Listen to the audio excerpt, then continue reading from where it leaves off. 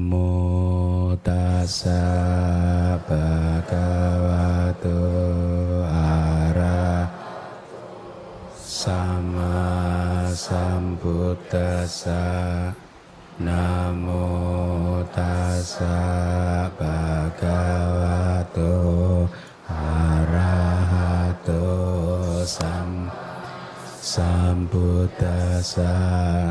Namo tassa bhagavato arahato sama sambuddhassa. Baik, selamat malam semuanya.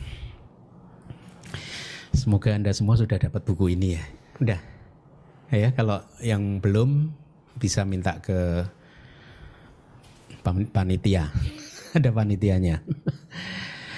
Karena di buku ini sebenarnya saya sudah banyak mengupas sutta, tapi dari sisi lebih memakai referensi dari Sutta Pitaka, karma ya, mengupas karma dengan referensi mayoritas dari Sutta Pitaka ya, meskipun ada perbedaan nanti, perbedaan dalam artian kalau dilihat dari sisi Abhidhamma akan lebih detail nanti seperti yang Anda akan lihat di kelas di bagian akhir nanti.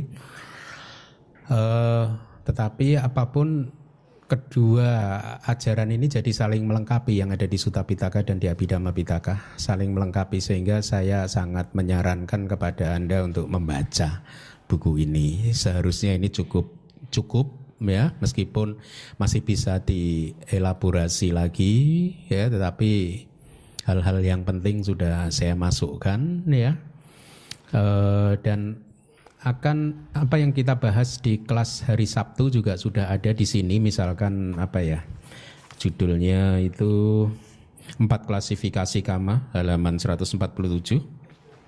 Nanti proses kematian dan kelahiran kembali, halaman 271 juga kita akan bahas di Abhidhamma ini. Ya, oleh karena itu saya sangat mengharapkan Anda membaca ini. Kenapa? Supaya pemahaman Anda tentang ajaran Buddha kokoh ya. Pada saat pemahaman Anda kokoh, meskipun belum menembus melalui meditasi secara langsung, tetapi pemahaman yang kokoh tentang ajaran Buddha yang benar itu pun sudah cukup untuk meningkatkan kualitas kehidupan Anda ya. Baik, mari kita lanjutkan pelajaran kita. Kita kemarin sudah sampai di analisis kama berdasarkan urutan kematangan ya. Ya, terdapat 4 kama. Jadi topik kita kali ini, subtopiknya adalah 4 klasifikasi kama lo di buku ini ya. Tapi di Abhidhamma saya ganti menjadi 4 kelompok kama ya. Jadi ada 4 kelompok kama, yaitu kelompok yang pertama apa? Berdasarkan fungsinya gitu ya, dan seterusnya ya. Masing-masing kelompok itu terdiri dari 4 jenis kama yang berbeda ya. Nah, berdasarkan urutan kematangan juga terdapat 4 jenis kama. Yang pertama adalah kama berat, sudah kita bahas minggu lalu. Kama menjelang kematian juga sudah ya? Hah? Belum? Sudah. Sudah kan menjelang kematian ya? Belum ya? Bukannya udah ya? Oke, sudah. Tinggal kama kebiasaan. Nah, kama kebiasaan yang belum. Dan kama cadangan ya. Oke. Belum pakai contoh, coba saya lihat ya.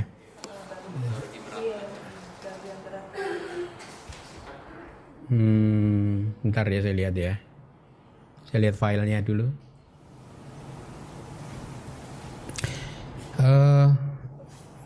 Kita lihat dulu ya. Yang berikutnya adalah kama yang disebut kama kebiasaan. Ya, kama kebiasaan. Dari Wibawinitika kita dapatkan definisi seperti ini. Biasa dilakukan tuh artinya sebuah kama yang dilakukan berulang kali, atau walaupun hanya dilakukan sekali, tetapi kama tersebut selalu dinikmati, artinya selalu dipikirkan gitu ya. Itu kalau berkaitan dengan karma pikiran gitu. Makanya saya sering menganjurkan kepada Anda untuk membangun kebiasaan yang positif di dalam kehidupan ini. Misalkan setiap pagi bangun tidur Anda bermeditasi. Saya sarankan Anda di rumah juga punya altar. Jadi setiap pagi itu Anda sebelum bermeditasi Anda persembahan dulu kepada Buddha, ya. Persembahan air, bunga, ataupun buah kalau ada. Jadi setelah itu Anda bermeditasi. Jadi dengan demikian itu menjadi satu karma kebiasaan dan itu sangat bagus sekali loh.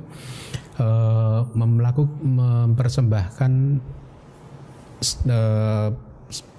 persembahan apapun kepada Buddha. Ada banyak contoh di Myanmar, seseorang yang mampu mengingat kelahiran kembalinya, kemudian dia melihat misalkan karma apa yang membuat dia lahir menjadi manusia di kehidupan yang saat ini, kemudian membuat beliau bisa menjadi biku gitu ya, hanya dengan karma persembahan kepada Buddha Rupang ya.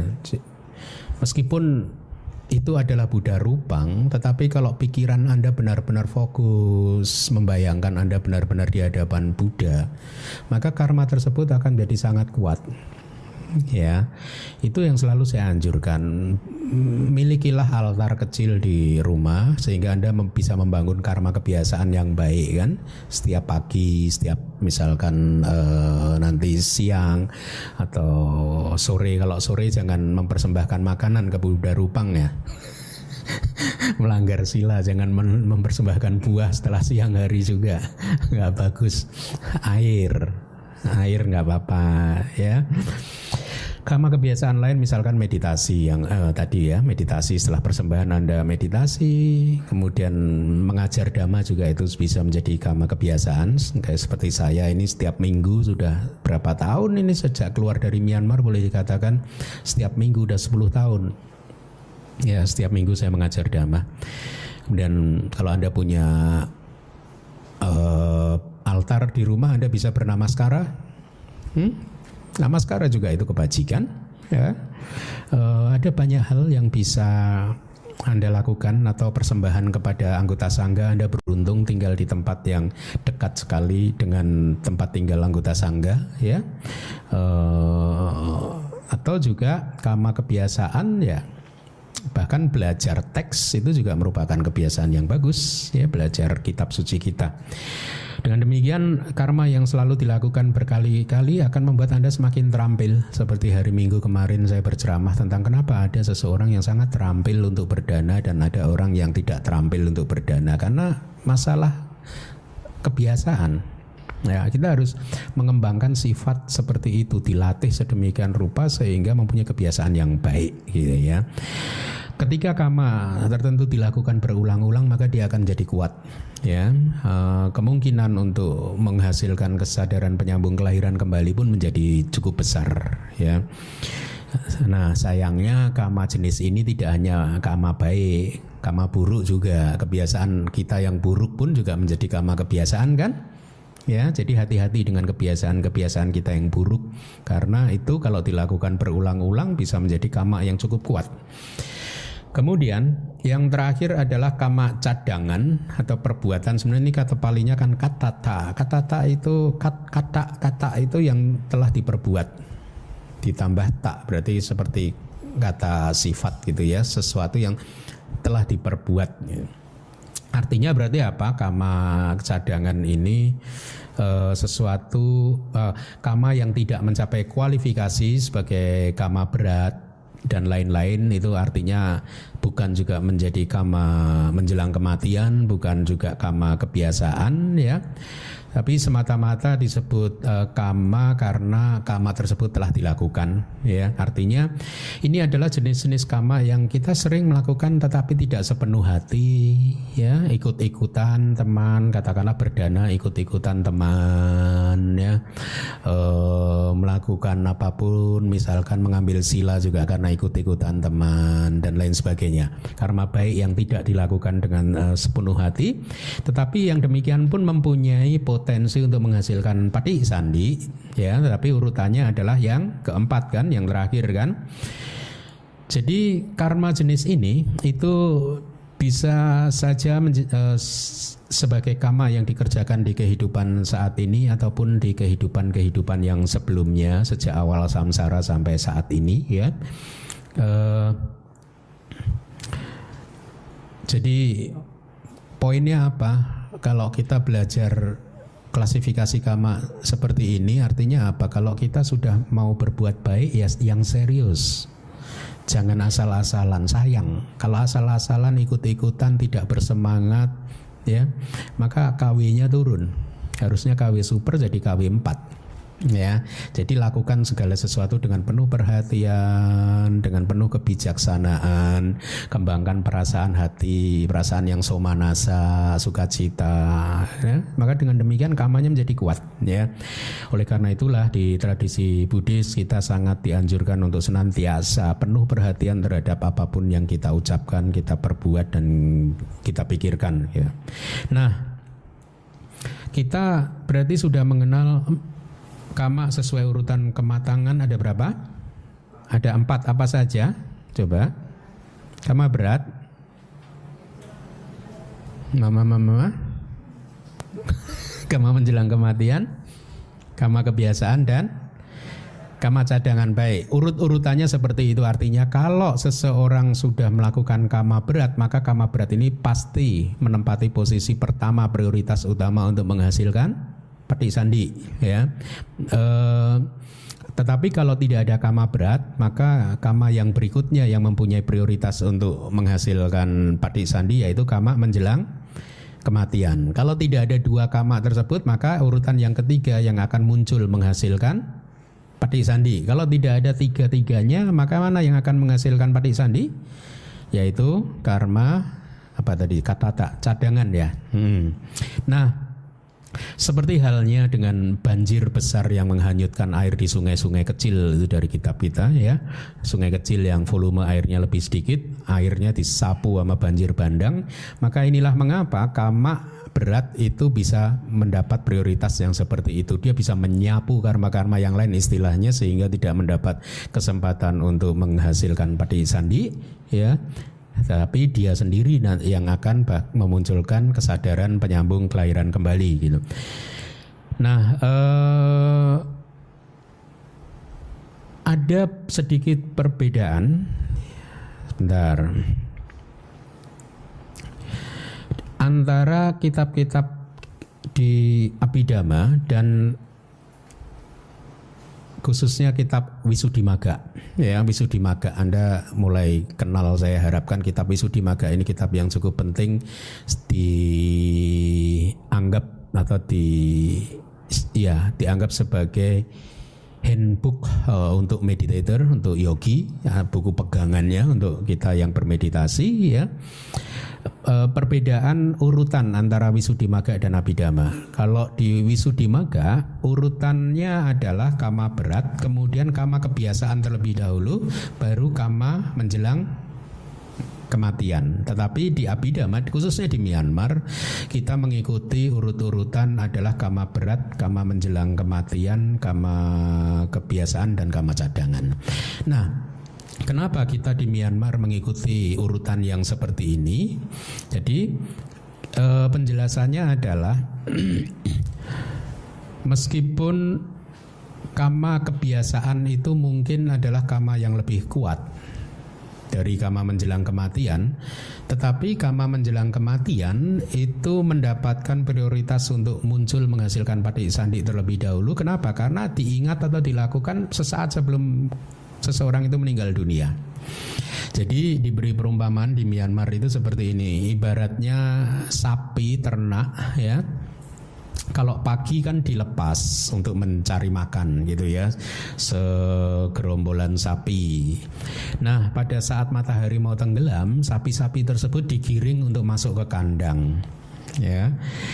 Pada saat berebutan masuk ke kandang, sapi yang sehat, yang masih muda, yang masih kuat karena tenaganya kuat, dia akan masuk kandang terlebih dahulu kan.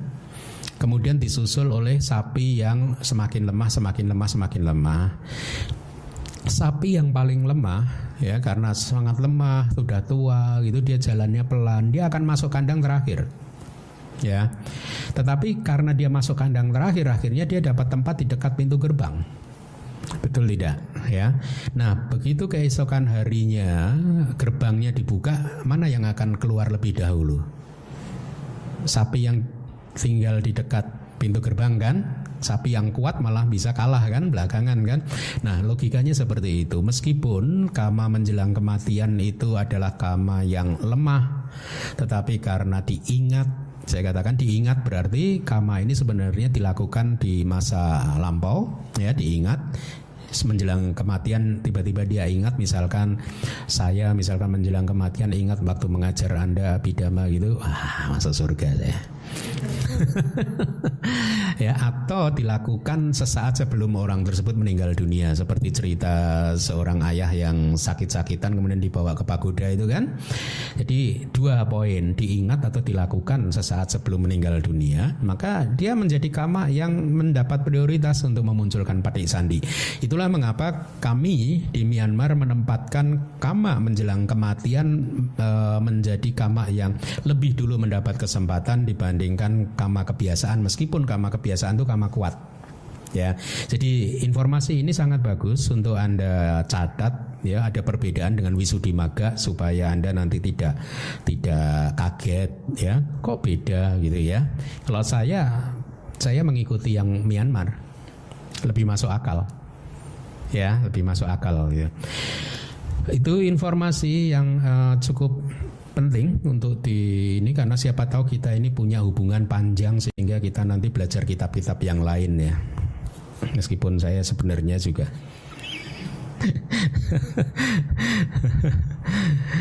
iya, mari kita lihat selanjutnya. Saya minta PIC untuk membaca yang bahasa Indonesia. Ya, terima kasih. Berdasarkan waktu kematangan, terdapat 4 kama yang dinamakan kama yang efektif di kehidupan saat ini, kama yang efektif di kehidupan berikutnya, kama yang senantiasa mengikuti, dan kama yang sudah tidak berpotensi lagi. Iya. Kalimat Pali di atas sengaja saya beri warna kuning itu supaya Anda yang pengen menghafal Palinya, ya, karena saya lihat ada beberapa guru kan suka mengajar abhidhamma di sini, jadi baik kalau Anda tahu. Dita dhamma wedaniya itu kan saya beri warna kuning kan, M-nya tidak usah, eng-nya, M titiknya. Dita itu sin, terlihat, dhamma ya dhamma, berarti artinya wedaniya itu dialami atau dirasakan. Jadi karma yang dirasakan, kama yang dirasakan dan terlihat saat ini, artinya buah kamanya berbuah di kehidupan saat ini gitu. Tidak dhamma itu artinya yang terlihat. Yang terlihat itu berkaitan dengan eksistensi kita, kehidupan kita. Kehidupan kita yang terlihat yang kapan? Yang saat ini toh. Kehidupan masa lalu tidak terlihat kan sudah. Nah, itu maksudnya. Jadi dita dhamma wedaniya gitu. Kemudian kama yang berikutnya adalah kama yang efektif di kehidupan berikutnya. Itu bahasa Palinya, lihat itu upapaja wedaniya. Wedaniya adalah dirasakan, dinikmati. Upapaja itu semacam apa? Upapaja, paja lahir di saat ini. Ya, jadi artinya upapaja, lahir setelah yang saat ini. Artinya berarti buah kamanya dinikmati setelah kelahiran dari kehidupan yang saat ini. Itu ya. Kemudian yang ketiga itu adalah kama yang senantiasa mengikuti. Nah, ini artinya sudah tepat ini. Aparapariya wedaniya, karma yang buahnya dinikmati senantiasa mengikuti. Kemudian yang keempat adalah kama yang sudah tidak berpotensi lagi. Itu bahasa Palinya ahosi kama, itu saya beri warna kuning juga kan. Itu terdiri dari dua kata, ahosi plus kama. Sebenarnya arti ahosi itu bukannya tidak berpotensi lagi, tetapi saya terjemahkan seperti itu karena lebih bagus ya pemahamannya. Arti ahosi itu kata past atau lampau dari hoti. Ada. Kalau ada itu saat ini, kalau ada di masa lalu itu artinya ahosi. Ya, adanya di masa lalu. Pengertiannya bagaimana? Ya, di masa lalu ada kama ini, tapi sekarang udah nggak ada. Ya, maksudnya gitu. Ahosi itu begitu. Makanya, tapi saya terjemahkan untuk mempermudah Anda memahami sebagai kama yang sudah tidak berpotensi lagi, sudah tidak berbuah lagi. Nah, pemahamannya seperti ini. Kama yang efektif di kehidupan saat ini, itu artinya adalah kama tersebut ya dilakukan di kehidupan saat ini, dan kalau berbuah harus di kehidupan saat ini juga. Ya, pada saat seseorang meninggal dunia dan berpindah ke kehidupan lahir lagi, maka kama yang efektif di kehidupan saat ini menjadi kama ahosi. Artinya hanya ada di masa lalu, sekarang udah nggak punya potensi lagi, udah nggak ada lagi. Ya, kalau dengan bahasa kelas hari Minggu udah kadaluwarsa. Cuman kan abidama malu dong saya gunakan istilah ini ya Anda ya. Kamanya udah expired. Ya. Kemudian yang kedua adalah kama yang efektif di kehidupan berikutnya. Itu artinya apa? Katakanlah kamanya diperbuat di kehidupan saat ini, dan dia kalau berbuah itu harus berbuah di kehidupan berikutnya, itu artinya di kehidupan setelah yang saat ini. Jadi kalau di Myanmar kita begini belajarnya, kehidupan yang saat ini dikatakanlah diberi istilah kehidupan yang pertama. Ini hanya for the sake of istilah saja ya. Ini kehidupan yang nomor 1. Setelah kehidupan saat ini diberi nama kehidupan nomor 2. Setelah kehidupan yang nomor 2 diberi nama kehidupan yang nomor 3. Nah, kama yang efektif di kehidupan berikutnya itu adalah kama yang diperbuat di kehidupan yang pertama, dan dia hanya bisa berbuah di kehidupan yang kedua. Tidak di kehidupan pertama, tidak di kehidupan yang ketiga. Setelah seseorang meninggal dunia dari kehidupannya yang kedua, lahir masuk ke kehidupannya yang ketiga, maka kama yang efektif di kehidupan berikutnya menjadi ahosi lagi. Adanya di masa lalu lagi, sekarang udah tidak berpotensi lagi, expired. Ya, nah yang berbahaya yang berikutnya, kama yang senantiasa mengikuti. Namanya juga senantiasa mengikuti, ini bahaya ini. Ya, senantiasa mengikuti. Selama kita di samsara dia selalu ikut, dan sewaktu-waktu bisa muncul buahnya. Makanya Buddha meskipun udah jadi Buddha aja masih memetik buah karma buruk kan. Nah, karma yang senantiasa mengikuti ini tidak hanya karma buruk lah ya, karma baik juga senantiasa mengikuti ada, tapi mengerikannya itu karena karma buruk itu, kita melakukan karma buruk itu ada kemungkinan dari karma buruk itu menjadi karma yang senantiasa mengikuti. Potensinya nggak habis-habis, selama di samsara nggak bisa jadi ahosi. Ahosinya kapan? Kalau keluar dari samsara. Begitu keluar dari samsara dia jadi expired, nggak bisa berbuah lagi, ya. Nah, itu pengertiannya. Mari kita lihat penjelasannya. Kehidupan saat ini adalah kehidupan seseorang di saat ini yang di depan mata tadi, yang terlihat di depan mata, ya.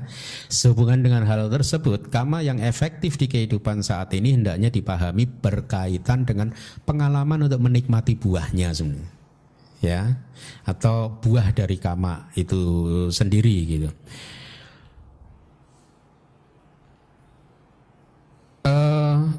Minggu lalu sudah saya sampaikan belum, mana yang lebih kuat, kama yang efektif di kehidupan saat ini atau kama yang efektif di kehidupan berikutnya? Mana buahnya yang lebih manis? Sudah? Hah? Oke, ada ya? Oke, gimana penjelasannya? Saya kemarin ini, mungkin ini ada di buku Kama nggak, tentang Malika yang mempersembahkan bunga kepada Raja Pasenadi? Ada nggak? Hah? Oh, Malika diperistri Pasenadi ada di buku ya? Halaman berapa?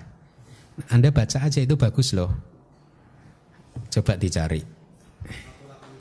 185 ya.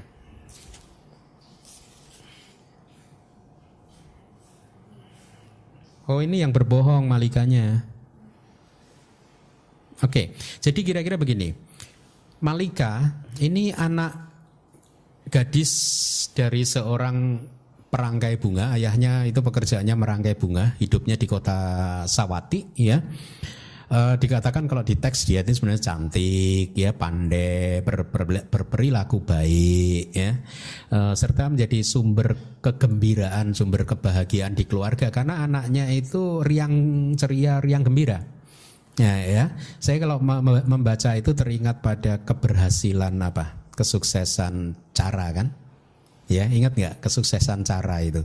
Perilaku baik, sering melakukan kebajikan, ya. Kesuksesan Cara ini kan akan menyuburkan benih-benih karma baik kan. Nah, Malika ini mempunyai syarat itu. Ya. Pandai, perilakunya baik, bisa membuat orang lain itu tersenyum, nggak cemberut terus, ya. Suatu hari ketika dia masih berumur 16 tahun, ini juga menarik, angka 16 itu sering dicantumkan di dalam teks, jadi makanya saya mengasumsikan itu adalah angka batas seseorang dianggap sebagai orang yang dewasa yang sudah boleh menikah di masa lalu. Itu pada saat umur 16 tahun Malika, gadis ini pergi ke taman bunga di desa, ya. Taman istilahnya kayak lapangan umum gitu, ya, tapi ini bentuknya taman bersama dengan teman-temannya. Jadi hari itu karena dia ingin bergembira, bersenang-senang di taman, dia sudah membawa bekal untuk 1 harian dari pagi sampai sore begitu, ya. Nah, tetapi di dalam perjalanan menuju ke taman, Malika melihat ada serombongan biku, ya, serombongan biku yang baru saja turun dari bukit atau dari monasteri, dari wiharanya gitu. Dia tidak tahu kalau itu Buddha, ya. Rombongan biku ini sebenarnya dipimpin langsung oleh Buddha, ya. Pada saat melihat serombongan biku sedang keluar mau berpindah patah, secara insting naluri Malika spontan mempersembahkan semua makanan, semua bekal seharian itu semua dipersembahkan secara spontan, dan dia bersukacita, bersyukur mendapatkan objek untuk melakukan karma baik, ya. Dia persembahkan semua bekalnya untuk makan seharian, tanpa dia ketahui bahwa dia adalah Buddha, ya. Nah, pada saat menerima persembahan makan itu Buddha tersenyum simpul. Yang Arya Ananda paham Buddha ini tidak pernah tersenyum tanpa sebab. Pasti ada sebab yang membuat beliau tersenyum. Singkat cerita, setelah Malikanya mempersembahkan makanan, kemudian dia menuju ke taman kan, sambil bersenandung, hatinya riang gembira, sudah bisa berbuat karma baik, mempersembahkan makanan kepada pertapa. Ini cerita-cerita begini ini, ya, hendaknya Anda ambil teladannya, bagaimana seseorang bisa secara spontan tanpa memikirkan dirinya sendiri, semua makanannya itu dipersembahkan dan dia happy, somanasa cita. Ya, somanasa, dia mendapat kesempatan hari ini ada objek yang bisa dijadikan penerima dari persembahannya, berarti ini kan mahakusala kan? Ya. Nyana sampayuta dan somanasa. Ya, jadi syaratnya semua terpenuhi dari sisi Malikanya. Dari sisi penerimanya syaratnya terpenuhi. Buddha tersenyum simpul, ditanya kepada Ananda. Ananda bertanya, kemudian Buddha menjawab, hari ini karma baik dia berbuah. Ya. Nah, singkat cerita, pada saat Malika sedang diliputi sukacita sambil bersenandung, bernyanyi di taman, Raja Pasenadi melintasi taman tersebut. Dia baru saja berperang dengan raja dari, saya lupa, Ajata 1 ya, Ajata 1, Magadha, dari Raja Magadha, ya, kerajaan Magadha. Baru saja kalah perang, pulang menuju ke kerajaannya. Di tengah perjalanan melewati taman tersebut, dia tertarik dengan suara gadis yang bersenandung tadi. Nah, singkat cerita, didekati, kemudian ditanya, kamu sudah menikah belum? Ya, bagus kan pertanyaannya, raja loh. Masih ditanya, karena kalau sudah menikah kan jadi pelanggaran sila ketiga nanti, ya, dan itu juga bukan perbuatan yang baik, merebut istri orang kan. Ditanya, dijawab belum. Akhirnya raja meminta Malika untuk mengantar ke orang tuanya. Singkat cerita dilamar. Dan akhirnya Malika menjadi permaisuri utama dari Raja Pasenadi yang benar-benar dimuliakan, dibahagiakan dan seterusnya. Nah, itu karma, kalau di dalam teks karma yang langsung berbuah di kehidupan saat ini gitu. Di dalam buku ini juga ada, kalau saya tidak salah, halaman 221. Coba Anda baca syarat 221 buku Kama. Syarat sebuah karma bisa langsung berbuah. Ya. Satu, pencapaian objek, dan penjelasannya ada di bawah. Ada 4 pencapaian itu, kesuksesan atau pencapaian. Kalau Anda bisa mendapatkan 4-4-nya ini, maka karma Anda akan langsung berbuah di kehidupan saat ini juga. Ya, Anda baca itu penjelasannya di halaman 221. Ya.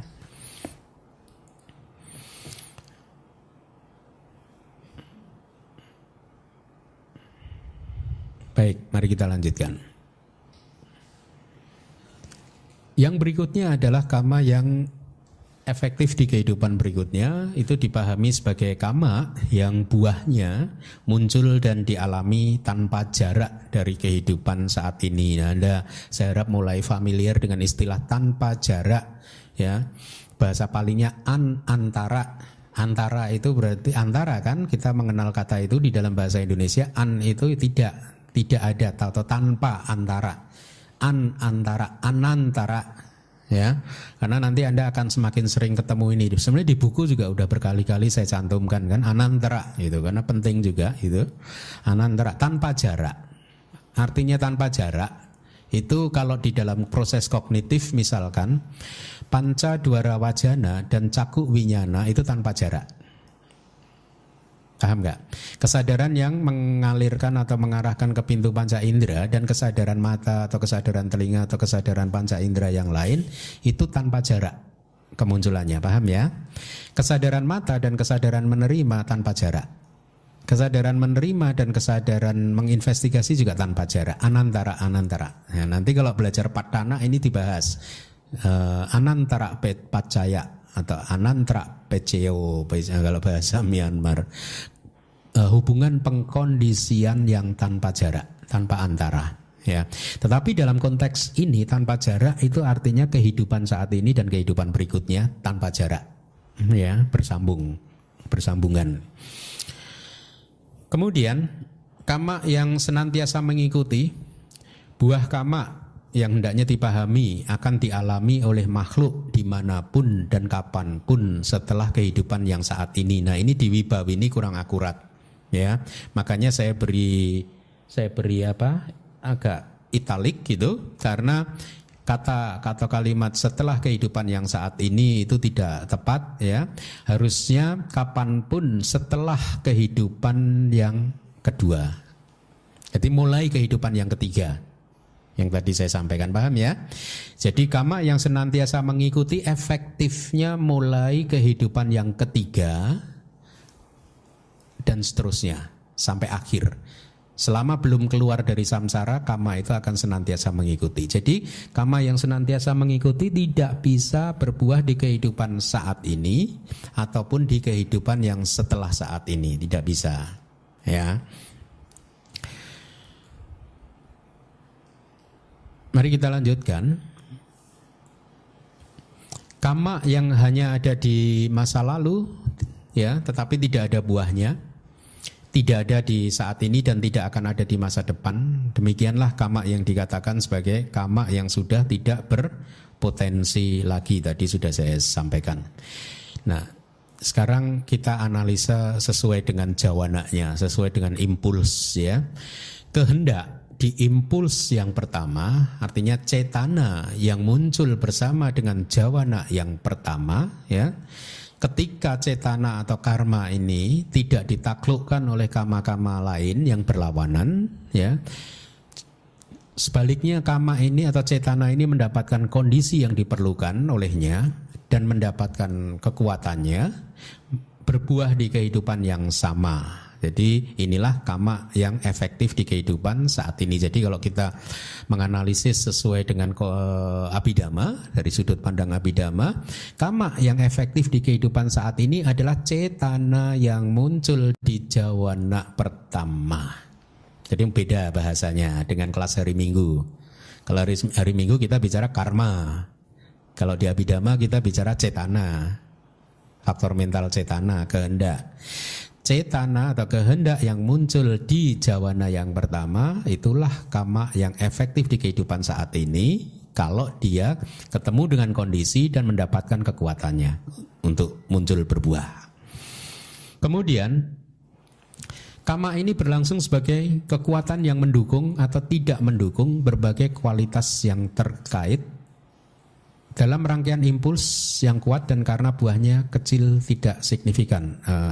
Ini artinya begini, karma yang pertama tadi, cetana yang muncul di jawana yang pertama, ini menjadi pendukung untuk penguatan cetana yang kedua.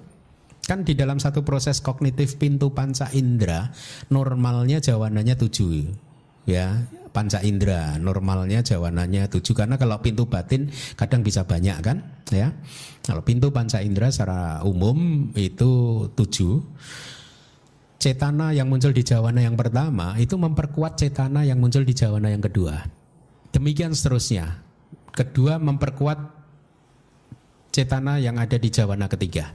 Tetapi nanti ada perbedaan yang akan saya sampaikan gitu ya. Karena tidak mendapatkan kondisi yang berulang-ulang, cetana yang ada di impuls atau jawana yang pertama tadi kan tidak mendapatkan penguatan dari sebelumnya kan? Betul tidak? Tidak mendapat penguatan atau kondisi pengulangan, repetisi. Tidak kan? Karena dia muncul pertama. Ya. Itulah mengapa kama dari jawana yang pertama ini menjadi karma yang paling lemah. Jadi Anda sekarang tahu kenapa cetana yang muncul di impuls yang pertama disebut sebagai kama yang terlemah. Ya, kama yang terlemah itu adalah kama yang menghasilkan di kehidupan kali ini. Terlemah. Makanya karena di samping terlemah, kama itu juga buahnya pun juga hanya ahituka toh. Kayak misalkan tadi Malika dipersunting raja, buah karmanya. Dipersunting raja itu akhirnya dia mendapat kekayaan kerajaan, katakanlah hidup mewah. Kemewahan itu apa? Fenomena materi toh. Fenomena materi itu tanpa akar. Kemudian kemewahan itu yang menikmati siapa? Panca indera kan? Dinikmati dengan kesadaran yang mana? Kalau dia punya kereta emas ya dinikmati dengan proses kognitif pintu mata, ya kan? Dinikmati dengan kesadaran mata, katakanlah. Kesadaran mata itu apa? Ahituka kan? Ahituka. Jadi baik objeknya ahituka, yang menikmati juga ahituka. Tapi bayangkan kalau karma itu menjadi kama yang efektif di kehidupan berikutnya, berarti dia memunculkan patik sandi. Karena dia berdana, maka patik sandinya akan memunculkan kelahiran di mana? Bisa jadi di alam manusia atau di alam dewa. Ya tidak. Berarti minimal kalau di alam dewa bisa 2 akar, 3 akar ya. Meskipun juga bisa tanpa akar kan ya kalau di Catuk Maharajika ya. Tapi apapun kalau dia muncul di alam manusia, katakanlah dia muncul menghasilkan patik sandi yang 2 akar, 3 akar, ini yang dianggap karma yang efektif di kehidupan berikutnya menjadi kama yang lebih kuat daripada kama yang efektif di kehidupan saat ini. Makanya buahnya pun lebih kuat, paham tidak? Memunculkan patik sandi dengan 2 akar atau 3 akar itu misalkan ya. Ini ada perumpamaan yang menarik. Maka kama ini hanya memberikan buah tanpa akar, seperti seolah-olah hanya berbunga saja tapi tidak berbuah. Jadi biji yang ditanam dia hanya menghasilkan bunga tapi tidak menghasilkan buah. Ini perumpamaan yang menarik kan. Seringkali kan seseorang pengennya berbuat kebajikan langsung berbuah kan saat ini. Nah sekarang kita tahu lebih baik kebajikannya memunculkan patik sandi di surga saja. Tapi kalau yang serakah ya lebih baik dua-duanya nanti. Hari ini berbuah, besok berbuah lagi. Baik, kita lanjutkan. Kemudian kehendak di impuls yang ketujuh atau jawana yang ketujuh menjadi kehendak yang menuntaskan. Saya rasa di buku Kama juga ada istilah ini, yaitu sanidhana kalau di buku Karma ya. Memberikan buah di kehidupan tanpa jarak yang berikutnya, artinya di kehidupan yang kedua setelah kematian yang saat ini. Inilah kama yang efektif di kehidupan berikutnya. Nah, pertanyaannya kemudian menarik nih. Kenapa langsung lompat ke impuls yang ketujuh, jawana yang ketujuh? Bukankah tadi jawana yang ketujuh sesuai AC wana pacayo, pengkondisian atau kondisi repetisi pengulangan, harusnya jawana yang ketujuh itu terkuat, betul tidak? Ya, kan nanti di bab ke-8 kita akan belajar padhana ya. Padhana itu salah satu dari 24 penghubungan pengkondisian fenomena materi dan fenomena batin ya. Bagaimana mereka saling mengkondisikan dan sesamanya juga saling mengkondisikan. Ada 24 hubungan pengkondisian, salah satunya adalah ase wana pacaya, pengkondisian repetisi. Sesuatu yang dilakukan dengan berulang-ulang dia akan makin kuat. Karma pun juga begitu. Kama yang mendapat pengulangan dia akan makin kuat. Ya, pengulangan dari yang sejenis. Nah, di dalam satu proses kognitif pintu panca indera, kama berlangsung selama untuk 7 kali. Pintu batin juga ya, kita katakan secara umum 7 kali. Jawana yang pertama adalah jawana yang terlemah. Kalau sesuai dengan ase wana pacaya, pengkondisian repetisi atau pengulangan, harusnya jawana yang kedua mendapat penguatan dari jawana yang pertama, sehingga jawana yang kedua menjadi lebih kuat dari jawana yang pertama. Jawana yang ketiga mendapat penguatan dari jawana yang kedua, berarti dia lebih kuat dari yang kedua. Demikian seterusnya, sehingga logikanya jawana yang ketujuh adalah jawana yang paling kuat. Karena dia jawana yang paling kuat, harusnya dia memberikan buah yang paling kuat. Tetapi di sini dikatakan jawana yang ketujuh itu hanya memberikan buah setelah kehidupan ini. Kehidupan yang kedua berarti apa? Bukan yang terkuat. Nanti Anda akan baca yang terkuat itu sesungguhnya adalah malah jawana yang kedua dan sampai ke-6. Ya, dengan kata lain, kalau ada 7 jawana, jawana yang paling lemah adalah jawana yang pertama, jawana yang setelah itu yang lemah setelah itu adalah jawana yang ketujuh, jawana yang di tengah ini jawana yang kuat. Makanya jawana yang di tengah ini, 5 jawana yang di tengah itu adalah kama yang senantiasa mengikuti. Nah, pendapat atau penemuan melalui mungkin Lady Sayadaw yang menemukan ini, Sayadaw dari Myanmar. Ya, mungkin melalui meditasi beliau bisa merealisasi, beliau melihat bahwa no, yang terkuat itu malah yang di tengah, yang 7 itu adalah terlemah nomor 2. Kemudian beliau memberi perumpamaan itu sangat indah sekali. Seperti kita kalau melempar batu ke atas, ya. Pada saat kita melempar batu ke atas, pada saat momentumnya udah katakanlah 0 ya berarti ya, dia akan berhenti di atas kan, habis itu dia start turun lagi. Nah, Lady Sayadaw mengatakan seperti itu. Jawana yang pertama itu lemparan pertama, jawana kedua itu adalah makin naik ke atas, jawana ketiga naik ke atas, jawana keempat itu sampai ke puncak sudah. Jawana kelima dia mulai turun lagi, ke-6 turun lagi, 7 sampai ke tanah lagi, kira-kira begitu. Paham ya? Berarti menurut Lady Sayadaw, itu Sayadaw Myanmar yang saya sangat mengaguminya. Saya kalau nanti kita selesai menerjemahkan kitab Abhidhamma Sanggaha, ingin saya juga mempunyai kesempatan untuk menerjemahkan kitab yang ditulis oleh beliau, karena menurut saya cukup menarik kitab beliau. Ya, itu harus diterjemahkan ke bahasa Indonesia. Kalau tidak, saya tidak mempunyai kesempatan, saya harap nanti ada biku Indonesia yang saat ini sedang belajar di Myanmar ya, sama Nera itu. Saya harap beliau bisa nanti menerjemahkan kitab tersebut karena bagus sekali. Banyak hal-hal yang bagus dari kitab tersebut meskipun kontroversi ya, tetapi banyak poin yang valid ya. Salah satunya itu tadi, jawana yang ketujuh itu adalah pendapatnya Lady Sayadaw yang kemudian dianut oleh ahli abhidhamma seluruh dunia. Menarik ya. Itu karma atau kehendak yang muncul di jawana yang ketujuh. Kemudian mari kita lihat apabila memberikan buah berupa patik sandi, maka kama ini juga berbuah di sepanjang kehidupan. Akan tetapi ketika tidak memberikan buah patik sandi, maka kama ini tidak memberikan buah di sepanjang kehidupan. Ini menarik. Maksudnya begini, kalau jawana yang ketujuh ini berbuah patik sandi di kehidupan yang kedua, maka jawana yang ketujuh yang lainnya itu mempunyai kesempatan untuk menghasilkan buah di pawati sepanjang kehidupan melalui kejadian sehari-hari. Paham nggak? Jadi begini, kalau Anda melakukan kama, katakanlah sekarang mendengarkan dhamma, penjelasan dari saya ini kan kama baik juga kan? Ya, pada saat mendengarkan suara saya, uraian abhidhamma ini kan muncul proses kognitif pintu telinga.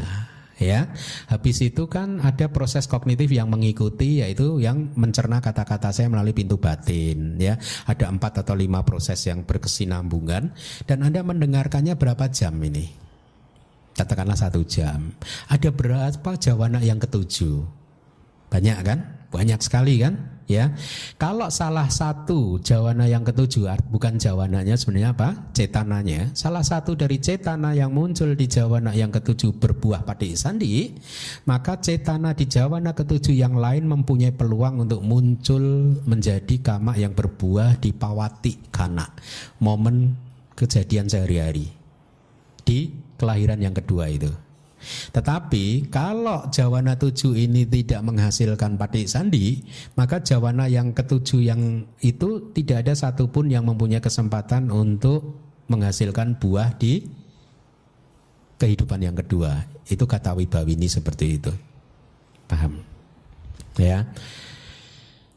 Hanya khusus untuk kama yang efektif di kehidupan berikutnya, tidak yang lainnya. Ya, dicatat itu. Kemudian 5 kehendak atau cetana yang muncul di antara kehendak yang pertama dan kehendak yang ketujuh atau terakhir, berarti 5 kehendak yang muncul di jawana yang di tengah, selama kecenderungannya untuk memberikan buah belum dihancurkan, artinya apa? Awija dan tanhanya belum dihancurkan, seseorang belum menjadi arahat, ya, akan memberikan buah.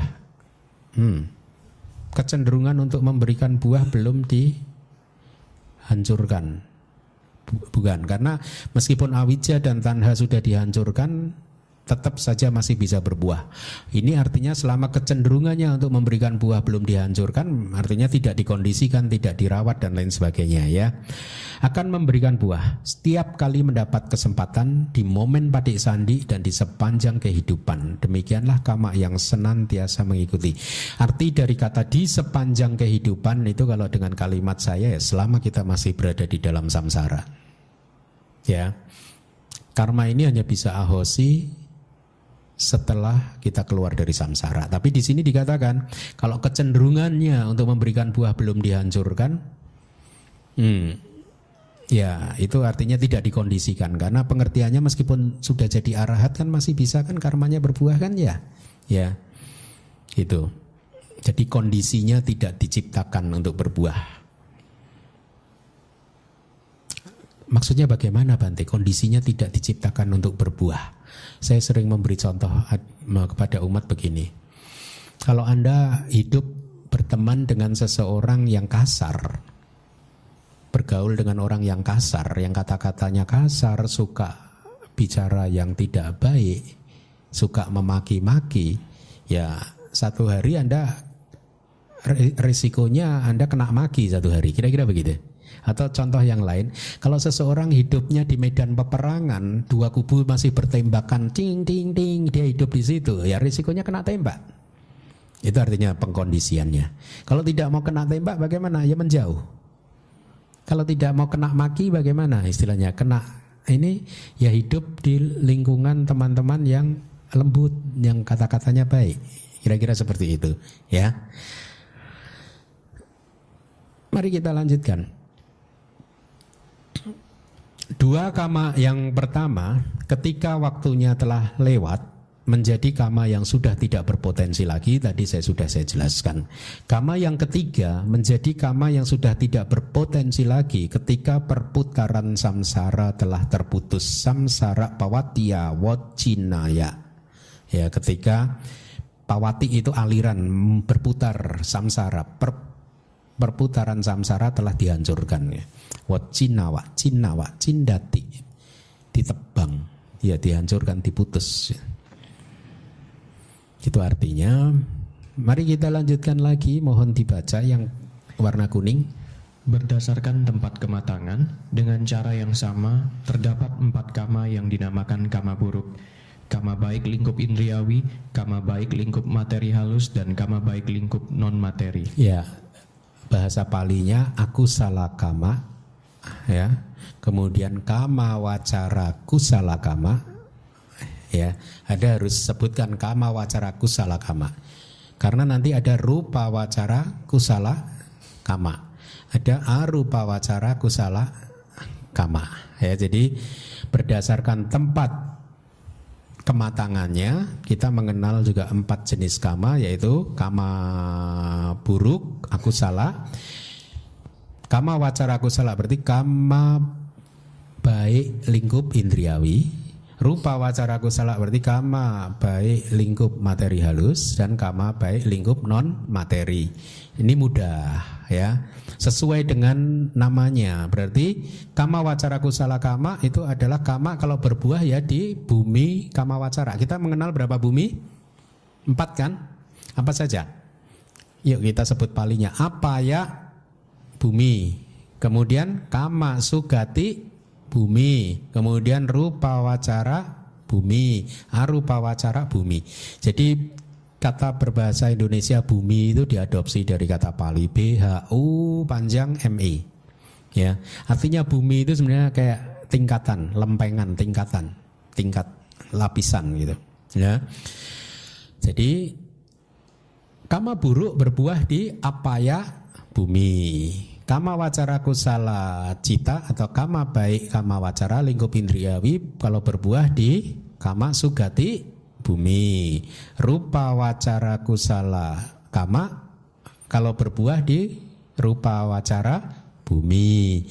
Arupa wacara kusala kama kalau berbuah di arupa bumi. Emangnya ada rupa wacara akusala? Nggak ada. Tapi di sini namanya Anda lihat kalimat palinya tetap dicantumkan. Rupa wacara kusala, arupa wacara kusala. Selanjutnya, mohon dibaca. Sehubungan dengan hal tersebut, berdasarkan pintu kama, terdapat 3 kama buruk, yaitu kama tubuh, kama ucapan, dan kama mental. Ya, minggu lalu sudah saya sampaikan kan, cetana hang bikawe kamang wadami. Saya katakan wahai para biku, cetana adalah kama. Ya, cetayitwa kamang karoti. Setelah cetana, setelah berkehendak, ya, seseorang melakukan kama. Kamang karoti, seseorang melakukan kama atau dia melakukan kama. Ya, kayena melalui tubuh, wacaya melalui ucapan, dan manasa melalui pikiran. Jadi setelah berkehendak, kama ini diperbuat melalui 3 pintu. Sekarang Anda mulai akan mempelajari nanti 3 pintu ini, ya, yaitu pintu tubuh, pintu ucapan, dan pintu pikiran. Hati-hati, ada yang disebut pintu pikiran. Artinya apa? Anda baru berpikir saja itu sudah jadi karma. Yang kayak apa Bante? Di sini sudah saya sampaikan. Cukup lengkap di sini. Harusnya di sini cukup lengkap. Anda nanti baca ya di buku kama halaman berapa? Hah? Berdasarkan waktu kematangan 2.30. Ini buku ini sebenarnya cukup bagus, banyak cerita yang bagus-bagus. Saya menerjemahkannya sampai sakit mata, sedih kalau Anda tidak membacanya.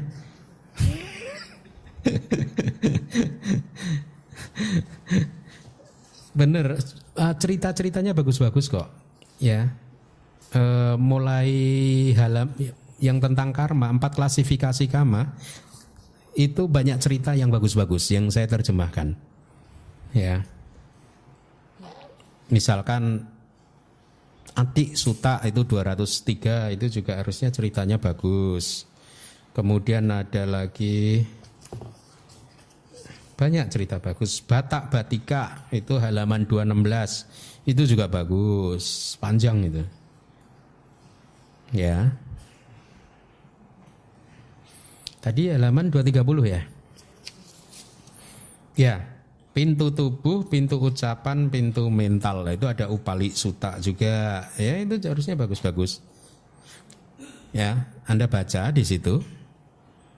Ada kama buruk dan seterusnya. Kenapa? Supaya Anda mempunyai pengetahuan dan kebijaksanaan yang cukup sehingga Anda tidak gampang terombang-ambing lagi di dalam kehidupan. Saya melakukan kesalahan enggak ya? Ya. Ini apa yang saya lakukan sudah benar atau tidak ya? Gitu. Misalkan ada yang bertanya kepada saya, seseorang menyampaikan sesuatu kemudian bingung ini termasuk berbohong atau tidak ya? Gitu. Ya. Nah, kalau Anda mempunyai pengetahuan tentang karma buruk, ini kan ada kan karma buruk itu halaman berapa? 230. Mulai halaman 233 itu ada kama buruk, ada istilah jalan kama juga, silahkan dibaca ya, besok ujian. Ya kalau enggak, kalau Anda enggak baca, kalau minggu depan kasih soal ah. Yang nilainya jelek enggak boleh masuk lagi, enggak naik kelas.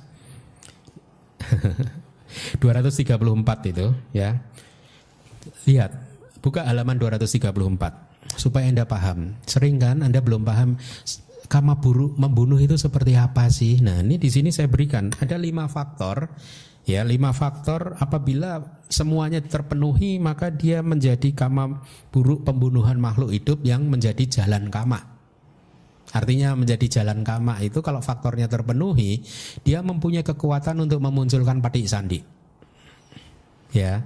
Kalau tidak terpenuhi berarti dia tidak melakukan kama ini. Jadi ini lihat, untuk bisa disebut membunuh makhluk hidup 5 faktor harus terpenuhi. Yaitu pana, adanya makhluk kan ya. Kemudian pana sanyita, mengetahui, ada persepsi bahwa itu adalah makhluk gitu. Wadaka cita, ada cita pikiran untuk membunuh. Upakama, berusaha melakukan upaya untuk membunuh. Akhirnya meranak mati makhluknya. Ya. Sama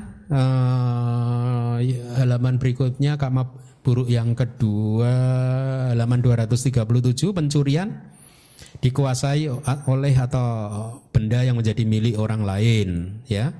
Terus seseorang tersebut mengetahui bahwa itu adalah benda milik orang lain, kemudian dia mempunyai pikiran untuk mencuri, kemudian dia melakukan usaha untuk mencuri dan akhirnya membawa barang tersebut. Poinnya kalau satu faktor tidak terpenuhi maka tidak menjadi kama buruk itu. Harus terpenuhi semuanya. Makanya pengertian seperti ini sangat penting ya. Kemudian kama buruk yang ketiga perzinaan itu ada di 238. Sudah saya cantumkan juga wilayah-wilayah yang terlarang gitu ya supaya Anda paham.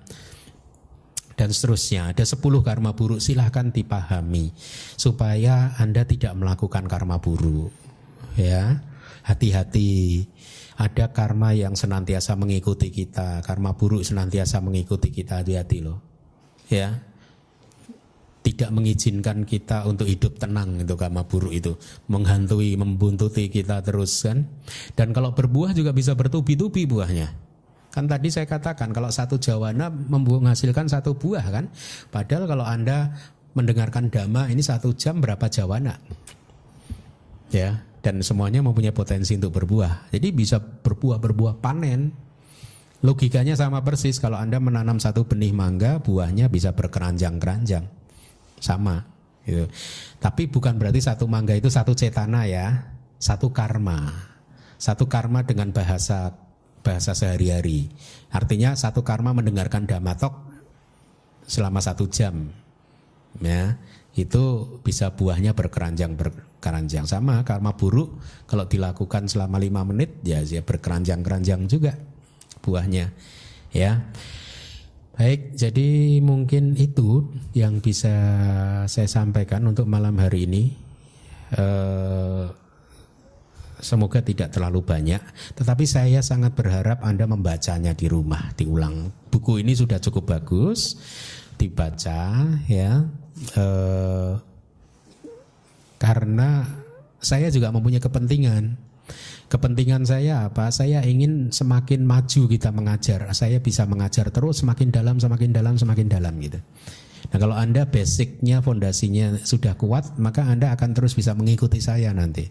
Kalau fondasi Anda tidak kuat, Anda akan kehilangan arah. Ya, nggak akan bisa menikmati. Ya, nggak akan bisa menikmati. Lalu pentingnya apa Bante? Penting. Kalau Anda paham Abhidhamma, Anda akan bisa menikmati sutta dengan lebih baik lagi. Ya, contohnya kayak besok ini saya akan mulai membahas sutta ya. Sutta itu sebenarnya agak rumit, tetapi saya yakin kalau yang pengetahuan Abhidammanya bagus akan bisa menikmati. Kalau yang pengetahuan Abhidammanya kurang, dia akan meraba-raba, agak sulit menikmatinya gitu. Ya, makanya itu kepentingan saya supaya kita bisa maju terus semakin dalam, semakin dalam, semakin dalam. Baik, terima kasih. Sadu, sadu, sadu.